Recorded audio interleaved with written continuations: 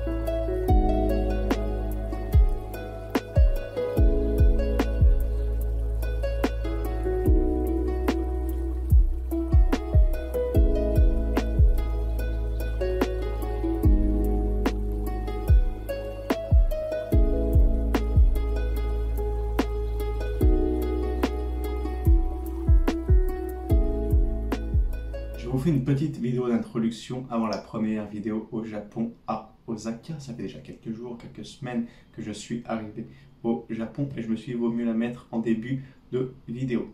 Alors pour moi, lorsque je voyage, ce que je ressens, ce qu'on appelle le choc culturel, voire ressentir des émotions qu'on ne voit pas forcément en France ou en Europe. C'est pour ça que l'Asie du Sud-Est m'est si chère. J'aime la diversité de ses paysages, sa riche culture, sa riche gastronomie et surtout être à la rencontre des locaux. Et lorsque l'année dernière je suis allé en Corée du Sud, ça m'a donné envie d'explorer une autre partie de l'Asie que je ne connaissais pas, l'Asie du Nord-Est. Ça m'a donné envie d'aller au Japon, à Taïwan, à Hong Kong et en Chine. C'est un pays, le Japon, que je ne connais pas du tout. Mais nous sommes là pendant un mois pour apprendre à connaître le Japon. Ça y est, les amis, nous y sommes au Japon. Nous allons faire notre première sortie dans le fameux quartier de Dotonbori.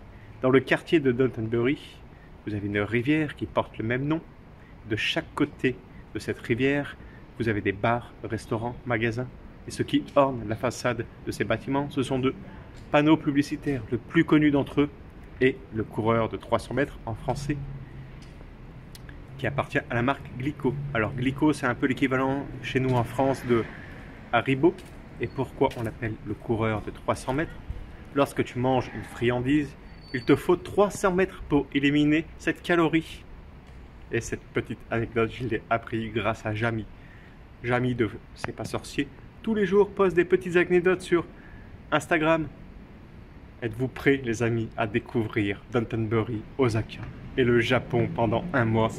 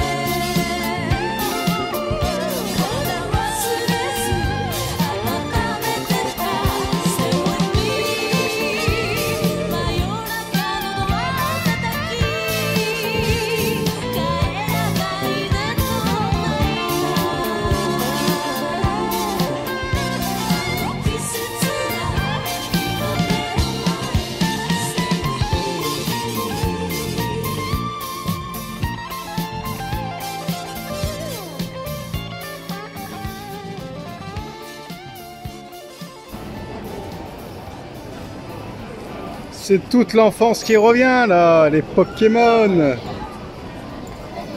Le CM1 et le CM2 ça. Bon, il est 11h30 passé. J'ai pas trouvé de restaurant. Je voulais manger des takoyaki et des sushis.